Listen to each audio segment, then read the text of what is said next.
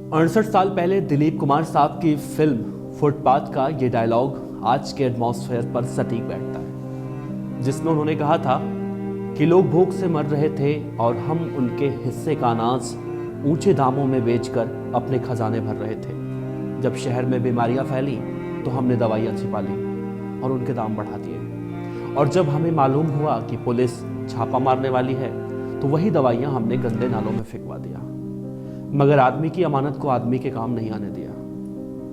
मुझे अपने बदन से सड़ी हुई लाशों की बू आती है। अपने हर सांस में मुझे दम तोड़ते हुए बच्चों की सिसकियां सुनाई देती है। हम जैसे जलील कुत्तों के लिए शायद अपने कानून में कोई मुनासिब सजा नहीं होगी। हम इस धरती पर सांस लेने के लायक नहीं है, इंसान कहलाने के लायक नहीं है, इंसानों के बीच रहने लायक नहीं है। हमारे गले घोंट दो, हमें दहकती हुई आगों में जला दो, हमारी बदबूदार लाशों को शहर की गलियों में फेंकवा दो, ताकि वो मजबूर, वो गरीब जिनका हमने अधिकार छीना है, जिनके घरों में हम तबाही लेकर आए हैं, ताकि वो हमारी लाशों पर थूकें। आराम से जिंदा रहना सबका अधिकार है, लेकिन इस तरह से लोगों को लूटना, लोगों की रोटी छीनना, गरीब और मासूम लोगों को व्यापार के नाम पर बर्बाद करना और उनको मार डालना किसी का अधिकार नहीं है। 68 साल पहले हिंदी फिल्म में दिलीप कुमार साहब ने यही कहा था। वो आज के मौजूदा हालात पर बिल्कुल फिट बैठता है। कोरोना महामारी में खान चाचा ट्विटर पर ट्रेंड कर रहे हैं, खान चाचा खाओ बाकी सब भूल जाओ। यार ये खान चाचा कोरोना काल में ऑक्सीजन की कालाबाजारी कर रहा था। खान चाचा ऐसा क्यों कर रहा है जबकि लोगों को जरूरत है ऑक्सीजन की? बहुत पाप में लगा खान चाचा तुमको।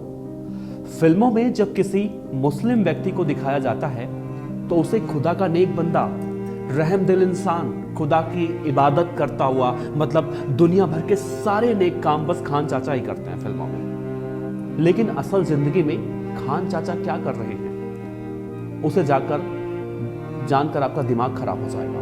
दिल्ली में एक जगह है खान मार्केट, नाम से आपको समझ में आ गया होगा कि यहाँ पर मुस्लिम समाज के लोग ज्यादा होंगे। अच्छी बात है। अब आप ये मत सोचिएगा कि हम यहाँ पर वो बात करेंगे जैसे जमाती 1 साल पहले हल्ला काट रहे थे, कोरोना फैला रहे थे। घूम कर ना तो हम हिंदू मुसलमान की बात कर रहे हैं, ना ऐसी कुछ बात कर रहे हैं, लेकिन ऐसे खान चाचा टाइप के लोगों की बात जरूर कर रहे हैं जो लोगों की जिंदगी का सौदा कर रहे हैं। दिल्ली के लोधी रोड में खान मार्केट में खान रेस्टोरेंट में दिल्ली पुलिस ने छापेमारी की और करीब 425 कंसंट्रेटर जब्त किए हैं, ऑक्सीजन कंसंट्रेटर। ऐसी खबरें इंसानियत को तार तार करती हैं। पुलिस एक आरोपी की निशानदेही पर खान चाचा रेस्टोरेंट से 96 ऑक्सीजन कंसंट्रेटर और टाउन हॉल से 9 कंसंट्रेटर मशीन बरामद की थी। इस मामले में पुलिस अब तक कुल 524 मशीनें बरामद कर चुकी है। इस पूरे मामले में खान चाचा की भूमिका की जांच की जा रही है। पुलिस अधिकारियों का कहना है कि मामले में जल्द ही कुछ लोगों को गिरफ्तार किया जा सकता है। इस पूरे गेम में एक मास्टरमाइंड है जिसका नाम नवनीत कालरा बताया जा रहा है, जो फिलहाल फरार है। पुलिस उसकी तलाश कर रही है। ये खबर सामने आने के बाद ट्विटर पर 2 हैशटैग ट्रेंड करने लगे। एक हैशटैग खान चाचा और दूसरा हैशटैग नवनीत कालरा। जहां खान चाचा रेस्टोरेंट में जमाखोरी को लेकर ट्वीट किए गए हैं, बाद में लोगों ने जानकारी भी दी है कि खान चाचा रेस्टोरेंट किसी मुस्लिम का नहीं है। वो इस मामले को धार्मिक रंग देने का विरोध कर रहे हैं। लोग ट्विटर पर लिखने लगे हैं कि खान चाचा कभी भी ऐसा नहीं कर सकते। हमको बॉलीवुड की हर पिक्चर में खान चाचा एक भले मानूस दिखाया जाते हैं। ट्विटर पर अपना परिचय में खुद को बीजेपी के विदेश मामलों के विभाग का इंचार्ज बताने वाले डॉक्टर विजय चौथाईवाला भी तंज कस रहे हैं। उन्होंने लिखा है कि ऐसा लगता है कि खान चाचा अपने लेटेस्ट कोविड मेन्यू में ऑक्सीचिकन लाने वाले थे। जम्मू कश्मीर के पूर्व मुख्यमंत्री उमर अब्दुल्ला भी इसकी जानकारी देते हुए उन्होंने भी ट्वीट किया है। उन्होंने कहा है कि मुझे गरीब खान चाचा और उनके परिवार के लिए खेद है। पहले नवनीत कालरा के चलते उन्होंने अपने नाम का इस्तेमाल करना बंद किया और अब उन्हें इस कीचड़ में ढकेला जा रहा है क्योंकि कालरा अपने रेस्टोरेंट का इस्तेमाल ऑक्सीजन कंसंट्रेटर की कथित कालाबाजारी के लिए कर रहा था। इतना सब कुछ हो गया, लोग इसमें भी हिंदू मुस्लिम करने लगे हैं। खान चाचा तो रडार पर आ गए और फिर जो मालूम हुआ ऐसा कर रहा है वो खान चाचा नहीं बल्कि नवनीत कालरा है। अब पुलिस के लिए बड़ी चुनौती है इस कालरा को पकड़ने की।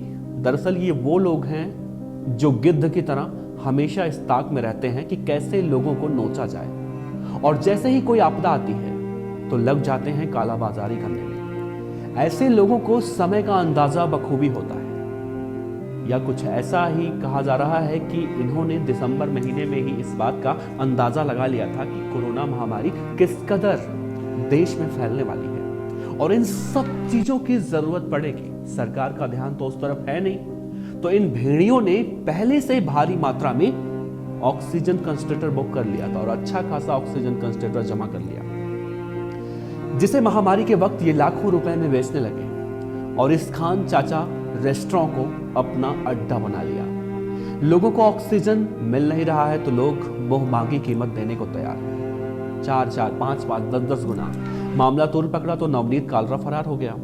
खान चाचा रडार पर आ गए। अब खान चाचा ही नवनीत कालरा निकला, सोचिए तो अब लोग क्या कहेंगे जो हर मामले में हिंदू मुस्लिम का राग अलापने लगते हैं। सोचिएगा जरूर, खान चाचा को दोष दिया जा रहा है और जब पूरी तहकीकात की जा रही है तो मालूम चल रहा है खान चाचा तो कोई है ही नहीं, असल में वो नवनीत कालरा है जो इस पूरे गेम का मास्टरमाइंड है। फिलहाल नवनीत कालरा को सभी फार्म हाउस पर तलाश किया जा रहा है। पुलिस हर जगह उसकी छानबीन कर रही है, कोशिश कर रही है पकड़ने की, लेकिन वो फरार हो चुका है और उसकी लास्ट लोकेशन हरिद्वार में दिखी है पुलिस को। अब ये पूरा मामला क्राइम ब्रांच को सौंपे जाने की बात कही जा रही है, लेकिन सोचिए, अंदाजा लगाइए, जब ऐसी खबरें आती हैं, जिस तरह से ट्विटर पर मैंने कहा हैशटैग खान चाचा, हैशटैग नवनीत कालरा ट्रेंड कर रहा है। जम्मू कश्मीर के पूर्व मुख्यमंत्री उमर अब्दुल्ला कह रहे हैं खान चाचा को फंसाया जा रहा है, खान चाचा के नाम का गलत इस्तेमाल किया जा रहा है, और जब सच्चाई निकलकर सामने आती है तो खान चाचा नवनीत कालरा निकलता है, मतलब कि एक हिंदू व्यक्ति निकलता है। तो एक हिंदू व्यक्ति